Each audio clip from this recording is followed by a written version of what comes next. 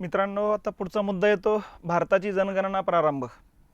आता हा जो मुद्दा आहे, हा मुद्दा या ठिकाणी लक्षात घेताना जो काही जनगणना प्रारंभ आहे तो जगातलाही लक्षात ठेवा आणि भारताचाही लक्षात ठेवायचा.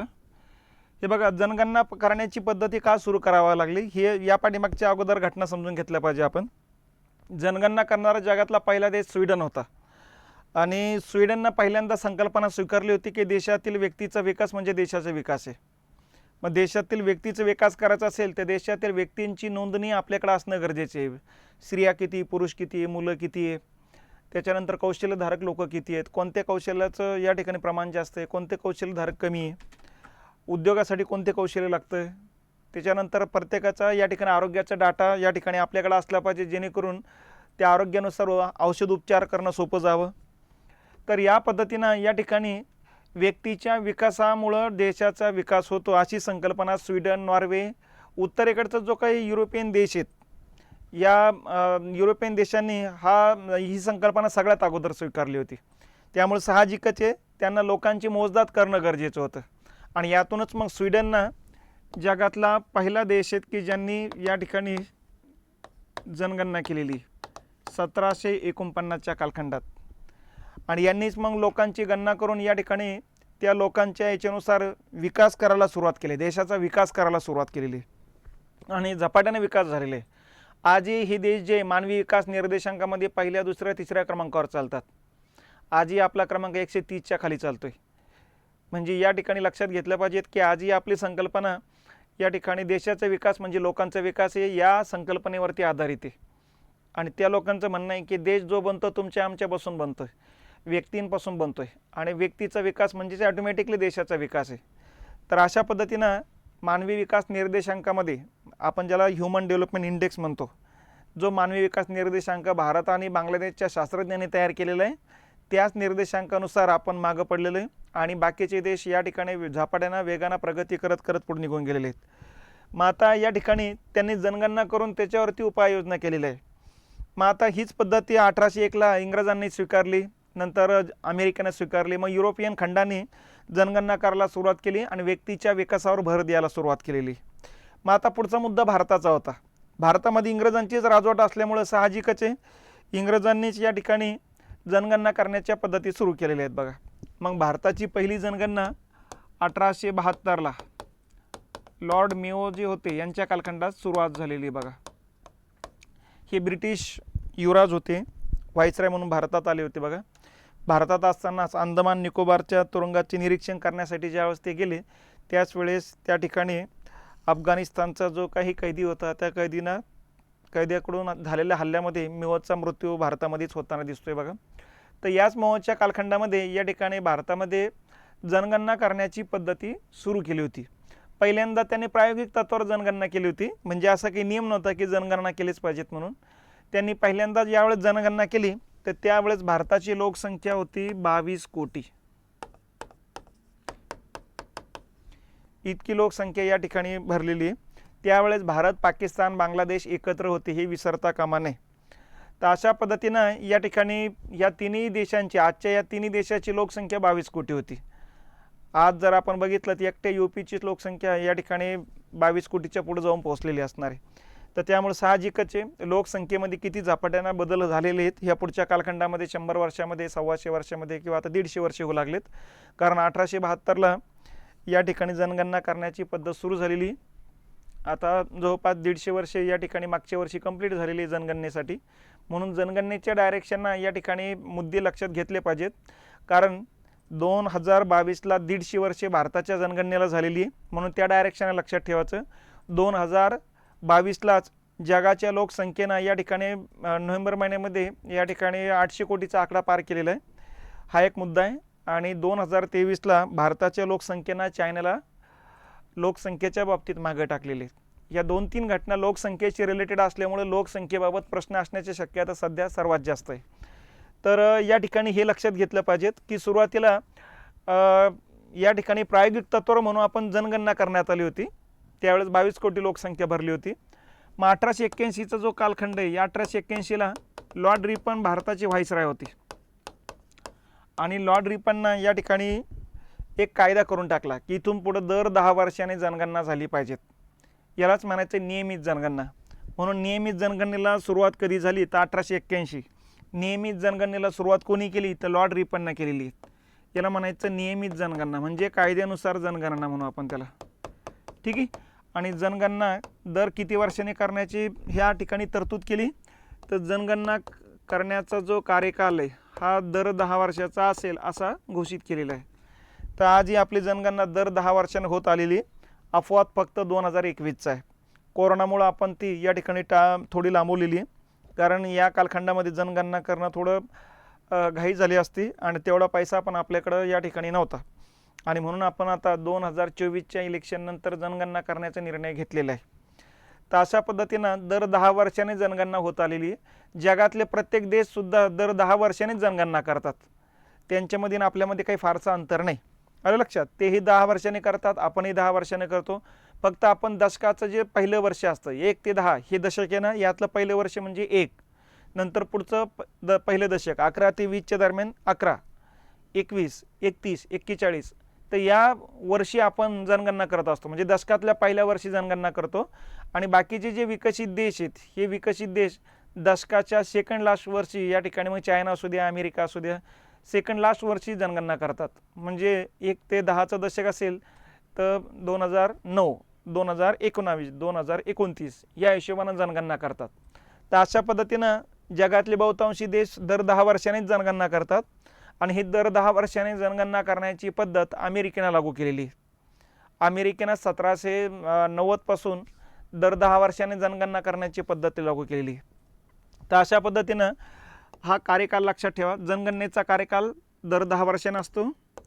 पशुगणना जी कधी केल्या जात असते आपली ती 5 वर्षांनी केली जात असते. पशुगणना 1919-20 पासून सुरू झालेली. ठीक आहे. त्याच्यानंतर वाघांची जी गणती आहे, वाघ गणना, ती दर 4 वर्षांनी केली जात असते. ठीक आहे. तर वेगवेगळ्या या घटकांसाठी हे कार्यकाल वेगवेगळा आहे. तर जनगणनेला सुरुवात झाली. नियमित जनगणनेला सुरुवात करणारा गव्हर्नर होता लॉर्ड रिपन. आणि इथून पुढे दर 10 वर्षांनी जनगणना होत आतापर्यंत जर विचार केला तर आतापर्यंत 15 जनगणना झालेल्या आहेत. ठीक आहे.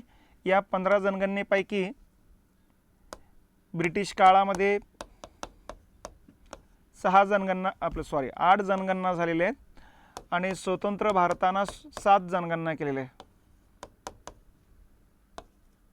ब्रिटिश काळ आणि स्वतंत्र भारत. तर अशा पद्धतीनं आतापर्यंत 15 जनगणना जे झाल्या आहेत ब्रिटिश कालखंडामध्ये, 8 जनगणना झालेल्या आहे. स्वतंत्र भारतानं 7 वेळेस जनगणना केलेल्या आहेत. ठीक आहे. म्हणजे आता शेवटची जी जनगणना झालेली आहे ती शेवटची जनगणना झालेली आहे 2011ला, म्हणजे 15वी क्रमांकाची. तर ही 2011ला झालेली. आणि ही 11ला जी झाली यासाठी केंद्रीय जनगणना आयुक्त जे होते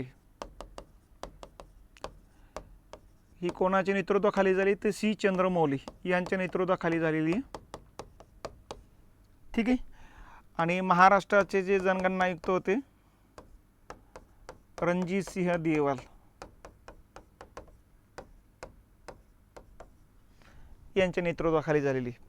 मग आता ही जनगणना करण्याचा पद्धती काय असते? कलम 246 मध्ये तरतूद करण्यात आलेली की दर 10 वर्षांनी जनगणना या ठिकाणी केली गेली पाहिजेत. आणि ही घटनात्मक जबाबदारी गृह मंत्रालयावरती देण्यात आलेली. मग गृहमंत्री एक जनगणना आयुक्त नियुक्त करत असतो. त्यांना पहिल्यांदा फॉर्मॅट तयार करायला सांगतात. ते फॉर्मॅट तयार करायला सांगतात म्हणजे थोडक्यात काय की त्यांना या ठिकाणी हे सांगतात की जनगणना करताना कोणत्या मुद्द्यावरती भर द्यायचा. मग आता वय, लिंग, या ठिकाणी नंतर गाव, ॲड्रेस वगैरे जे असेल ते, भाषा असेल, धर्म असेल, जात असेल, तर जे काही मुद्दे आपल्याला या ठिकाणी गणती करायची, भारतभरात सगळे समान असले पाहिजेत, समान पद्धतीने राबवले गेले पाहिजेत. या पद्धतीनं ते मुद्दे या ठिकाणी गृहीत घेतले जात असतं बघा. आणि मग फॉर्मॅट तयार झाला की केंद्रीय जनगणना आयुक्त जो आहे तो प्रत्येक राज्य सरकारला आणि केंद्रशासित प्रदेशांना पत्र पाठवून सांगत असतात की तुम्ही तुमच्या राज्यामध्ये एक जनगणना आयुक्त नियुक्त करा. मग प्रत्येक राज्य सरकार या ठिकाणी आपापल्या राज्याचे एक जनगणना अधिकारी किंवा आयुक्त नियुक्त करत असतात बघा. IAS अधिकारी असतो हा. मग अशा पद्धतीनं सगळ्या राज्याच्या जनगणना आयुक्त आणि केंद्रशासित प्रदेशाच्या आयुक्तांची बैठक केंद्रीय जनगणना आयुक्त घेतात आणि त्यांना फॉर्मॅट देतात. याच फॉर्मॅटमध्ये सगळे आकडेवारी आम्हाला भरून द्या. आणि या पद्धतीनं मग आकडेवारी भरून काढण्याचं काम केलं जातं असतं बघा. ठीक आहे. मग राज्याचा जनगणना आयुक्त प्रत्येक जिल्ह्याला पत्र पाठवून सांगतात की तुम्ही तुमच्या जिल्ह्याचे जनगणना आयुक्त आहात, जनगणना अधिकारी आहात, त्यामुळे तुम्ही तुमच्या जिल्ह्याची जनगणनेची आकडेवारी या फॉर्मॅटमध्ये भरून द्या. मग जिल्हा अधिकारी तहसीलदारला सांगतात. तहसीलदार या ठिकाणी मग तालुक्यात जेवढे गावं आहेत त्या गावाचे मंडळ पाडलेले असतात, त्या मंडल अधिकाऱ्यांना सांगतात. मंडल अधिकारी नंतर मग या ठिकाणी महसूल विभाग आणि शिक्षण विभाग आणि ग्राम प्रशासन विभाग यांचे एकत्रित सगळे कर्मचारी एकत्र येऊन या ठिकाणी जनगणना करण्याच्या पद्धती राबवू करत असतात बघा. मग जनगणना करताना 2 फॉर्मॅटमध्ये लागू करत असतात. पहिली जनगणना जी लागू करतात, पहिली घरांची मोजदाद केली जात असते घरांना क्रमांक देऊन, आणि नंतर पुढच्या 8-10 दिवसानंतर मग या ठिकाणी शिक्षक लोक येऊन प्रत्येक घरामध्ये या ठिकाणी लोकांची मोजदाद करण्याचं काम करत असतात. तर अशा पद्धतीनं प्रत्येक गावातून जनगणना या ठिकाणची आकडेवारी जमा करून मग या ठिकाणी तहसीलदारकडे दिले जाते. तहसीलदारकडे सगळ्या तालुक्यातले गावाची आकडेवारी आली की त्याच्या 2 प्रती तयार करतो. तो स्वतःकडे एक प्रत ठेवतो, एक प्रत जिल्हाधिकाऱ्यांना देतो. स्वतःकडे जी प्रत ठेवत असतो त्या पाठीमागचा उद्देश एकच असतो की पुढच्या कालखंडामध्ये ग्रामपंचायतीच्या ज्या निवडणुका लागतात त्या निवडणुकीसाठी त्या गावातली लोकसंख्या त्यांच्याकडे आलेली असते आणि त्या आकडेवारीच्या आधारे मग त्या ग्रामपंचायतीचे किती गट पाडायचे, किती सदस्य आहेत, किती सदस्य निर्माण होऊ शकतात, याच्यासाठी या ठिकाणी ते गट पाडण्यासाठी त्यांच्याकडे ती आकडेवारी कामी येत असते बघा. त्याच्यानंतर मग जिल्हाधिकाऱ्याकडे सगळ्या जिल्ह्यातील तहसीलदारांनी आकडेवारी दिली की त्याच्या 2 प्रती तयार करतात. ते एक स्वतःकडे ठेवतात आणि एक राज्याच्या जनगणना आयुक्ताकडे देतात बघा. ठीक आहे. अगोदर विभागीय आयुक्ताला देतात, नंतर मग राज्याच्या जनगणना आयुक्ताकडे जातात. स्वतःकडे याकरता ठेवतात की त्या जिल्ह्यातल्या नगरपालिका, त्याच्यानंतर झडपी, पंचायत समिती यांचे जे काही वार्ड आहे ते तयार करण्याची जिम्मेदारी जिल्हाधिकाऱ्यांची असते. त्यासाठी त्यांना आकडेवारी लागते. ही वास्तविक आकडेवारी त्यांच्याकडे या निमित्ताने येत असते बघा. आणि विभागीय आयुक्ताकडे आकडेवारी गेल्यानंतर त्याच्या 2 प्रती तयार करतात. ते एक स्वतःकडे ठेवतात, एक राज्याकडे दिलं जाते. स्वतःकडे याकरता की महानगरपालिकेचे जे काही वार्ड आहे तयार करण्याची जिम्मेदारी या ठिकाणी विभागीय आयुक्ताची असते बघा. त्यासाठी त्यांच्याकडे ती आकडेवारी हवी असते. तर या पद्धतीने मग त्यांच्या विभागामध्ये जेवढे जिल्हे आहेत तेवढ्या विभागाची आकडेवारी त्यांच्याकडे आली की एक प्रत स्वतःकडे ठेवतात आणि एक प्रत राज्याच्या जनगणना आयुक्तांना देतात. मग राज्याच्या जनगणना आयुक्ताकडे 6ही विभागाचे, आपला आता महाराष्ट्र 6 प्रशासकीय विभाग आहे, 6ही विभागातली आकडेवारी आली की त्याच्या तो 3 प्रती तयार करतात. एक स्वतःकडे ठेवतात, एक राज्यपालाला देतात आणि एक केंद्रीय जनगणना आयुक्तांना देतात बघा. आणि अशा पद्धतीने केंद्रीय जनगणना आयुक्ताकडे 28 राज्य आणि 8 केंद्रशासित प्रदेशाची आकडेवारी आली की त्यांच्या तो 3 प्रती तयार करतात. एक स्वतःला ठेवतात, एक गृहमंत्रालयाला देतात आणि गृहमंत्र्यांनी या ठिकाणी केंद्रीय जनगणना आयुक्त एक प्रत राष्ट्रपतीला घेऊन जातात. आणि राष्ट्रपतीची स्वाक्षरी झाली की पत्रकार परिषद घेऊन मग नवीन आकडेवारीची जी वैशिष्ट्ये आहे, मग लोकसंख्या किती वाढली, कितीनं वाढली, किती टक्क्यानं वाढली, कोणत्या राज्यात जास्त वाढली, कोणत्या राज्यात कमी वाढली, हा सगळा फॉर्मॅट, मग घनता असेल, साक्षरता असेल, लिंग प्रमाण दर असेल, बाललिंग प्रमाण दर असेल, या सगळी माहिती या ठिकाणी थोडक्यात पत्रकार लोकांना सांगण्याचं काम करतात. आणि वेबसाईटवरती ती माहिती अपलोड करून या ठिकाणी सांगतात की बाकीची आकडेवारी तुम्ही वेबसाईटवरून बघू शकतात. तर अशा पद्धतीनं जनगणनाची आकडेवारी प्रकाशित केली जात असते बघा. आता ही जी काही आकडेवारी प्रकाशित केली जाते याला म्हणायचं प्राथमिक आकडेवारी. ही काही फायनल आकडेवारी नाही, जशी आकडेवारी आली तशी प्रकाशित करून टाकलेली आहेत बघा. आणि नंतर मग केंद्रीय सांख्यिकी विभागाकडे आकडेवारी दिली जाते आणि केंद्रीय सांख्यिकी विभाग या ठिकाणी त्या आकडेवारीची परत मोजदाद बरोबर बेरीज वजाबाकी बरोबर आहे की नाही ते करण्याचं काम करतात बघा. आणि या हिशोबानं मग आकडेवारी इतकी मोठी अब्जावधी म्हटल्यावर नंतर या ठिकाणी लक्ष देऊन जातं की थोडेफार आकडे इकडे तिकडे हातचा घेणं देणं राहून जातो बघा. आणि यातून मग आकडेवारी हमखास बदलतेच आणि मग बदललेली आकडेवारी फायनल येऊन जाते बघा. त्याला फायनल आकडेवारी किंवा अंतिम आकडेवारी म्हटलं जातं असतं बघा. आता भारताची जर आपण बघितली 2011ची जी प्राथमिक आकडेवारी आहे त्याच्यानुसार 121,01,93,422 एवढी लोकसंख्या भरली होती. 2015ला अंतिम आकडेवारी आली बघा. मग त्यानुसार 121,08,55,000 भरली. तर थोडक्यात काय 7 लाखाची गडबड झालेली होती. आता एवढं कोट्यवधीमध्ये 7 लाख म्हणजे काही मोठी गोष्ट नाही, पण या 7 लाखांना साक्षरता 1-2% इकडे तिकडे होती, लिंग प्रमाण दर 1-2 मुद्द्याने इकडे तिकडे होऊन जातो, घनतासुद्धा 1-2 अंकांनी इकडे तिकडे होऊन जाते. मग ही नवीन जे काय आकडेवारी येते ती फायनल आकडेवारी असते बघा. तर अशा पद्धतीनं आकडेवारी 2दा प्रकाशित होत असते. एक प्रायमरी प्रोविजनल आकडेवारी म्हणतो आपण आणि एक फायनल आकडेवारी म्हणतो आपण. तर या पद्धतीनं आकडेवारी या ठिकाणी प्रकाशित केल्या जात असतं आणि त्या हिशोबानं मग भारतभरातली आकडेवारी आता सध्या तर 1931ला शेवटची जातीनुसार जनगणना झालेली बघा. 1931 नंतर जातीनुसार जनगणना करणं बंद करून टाकलेले. तर त्यामुळे सध्या आणखीन तीच मागणी जोर पकडते की जातीनुसार एकदा जनगणना करून घ्या, म्हणजे मग या ठिकाणी कोणत्या जातीला किती आरक्षण द्यायचं हे या ठिकाणी निर्णय घेता येईल. तर ही मागणी सगळ्याच जातीच्या लोकांची आहेत बघा. तर अशा पद्धतीनं जातीनुसार जनगणनाचा अजूनही या ठिकाणी निर्णय झालेला नाही, पण कदाचित 2024ला तो निर्णय होऊ शकतो, कारण मोठ्या प्रमाणात या ठिकाणी आता राजकीय पक्षसुद्धा मागणी करत आहे की जातीनुसार जनगणना झाली पाहिजे. तर या पद्धतीने ही जनगणना आहेत आतापर्यंतची. मग आता या ठिकाणी भारतात आतापर्यंत जेव्हा काही 15 जनगणना झालेल्या आहेत, या 15 जनगणनेपैकी सर्वात जास्त लोकसंख्या वाढलेलं जे दशक आहे 1961 ते 71 आहे बघा. या दशकामध्ये लोकसंख्या जी आहे ती 24.80% वाढल्याचं लक्षात येतं. हे सर्वाधिक लोकसंख्या वाढीचे दशक आहे.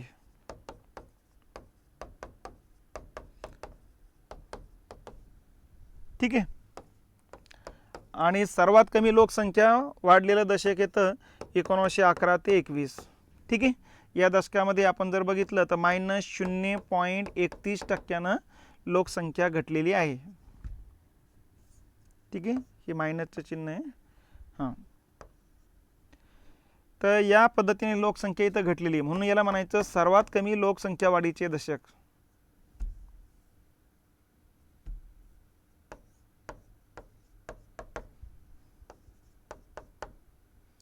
सर्वात कमी लोकसंख्या वाढीचे दशक.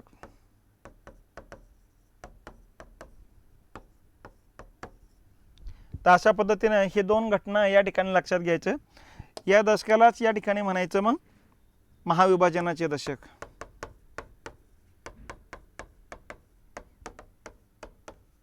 आणि या वर्षाला म्हणायचे 1921ला महाविभाजनाचे वर्ष. तर अशा पद्धतीनं या ठिकाणी या दोन घटना लक्षात घ्यायच्या. 61 ते 71 सर्वात जास्त लोकसंख्या वाढली. किती टक्क्यानं वाढली? तर जवळपास 25% वाढलेली. आणि 11 ते 21 सर्वात कमी लोकसंख्या वाढली. कितीनं वाढली? -0.31% वाढलेली. तर अशा पद्धतीनं या ठिकाणी सर्वाधिक आणि सर्वात कमी लोकसंख्या वाढीचे दशक या ठिकाणी लक्षात घेतले पाहिजे. ठीक आहे. मग आता महत्त्वाचे जे दशक आहेत त्या महत्त्वाच्या दशकातील आकडेवारी सुद्धा आपल्याला लक्षात घ्यावं लागेल. ठीक आहे. मग आता एका बाजूला आपण या ठिकाणी दशक लिहू, दुसऱ्या बाजूला लोकसंख्या टाकू आपण. आता ही लोकसंख्या कोटीमध्ये आकडे आहेत. ठीक आहे. पहिले या ठिकाणी आपण लक्षात घेतलं पाहिजे की 1872ला तर सांगितलेलीची तुम्हाला 22 कोटी लोकसंख्या होती. 1881ला ही 20 कोटी लोकसंख्या होती. 1881ला 22 कोटी भरलेली. 1891ला 23.60 कोटी लोकसंख्या होती. 1901ला 23.84 कोटी लोकसंख्या होती. 1911ला 25.21 कोटी लोकसंख्या होती. 1921ला 25.13 कोटी. या दशकामध्ये वाढ न होता घट झालेली, म्हणून या दशकाला म्हणायचं महाविभाजनाचे दशक.